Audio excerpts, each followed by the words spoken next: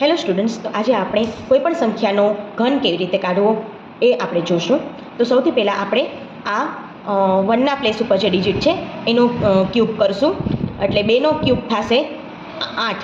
તો આપણે 8 લખશું અને આપણે 3 ડિજિટ લેવાના છે એટલે આગળ 0 0 લગાડશું. પછી 4નો ક્યુબ કરશું તો 4નો ક્યુબ થશે 64. તો આપણે એને પણ 3 ડિજિટ કરવા માટે આગળ 0 લગાડીશું.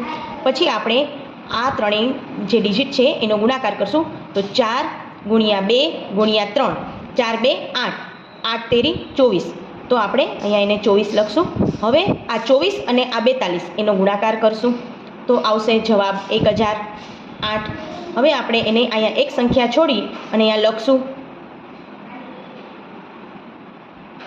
પછી આપણે એનો પ્લસ કરી નાખવાનો છે.